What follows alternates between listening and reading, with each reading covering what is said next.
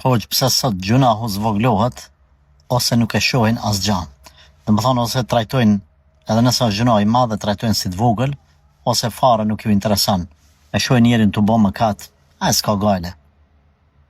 Kjo është si pasoj kur vdes zemra, pastaj i duket çdo sen normal, e çdo keqe normal.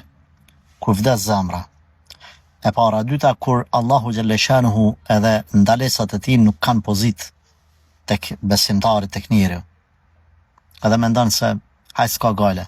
Wallahi l'adhim, thot sahabiju Enesi, nëse s'gaboj edhe Abu Hurajra, s'është rëndësishme, i rëndësishëm emri, sahabët thonin për gjeneratën e dytë për tabinët, po i bëni disa gjunahe, edhe s'po i veni veshin aty në fare, e ne në kohën e pejgamberit alayhi salatu wassalam gjunahet e tilla i konsideronin aq të mëdha sa kishmi frikë për tyre siç kishmi menara një mal mbi kokë.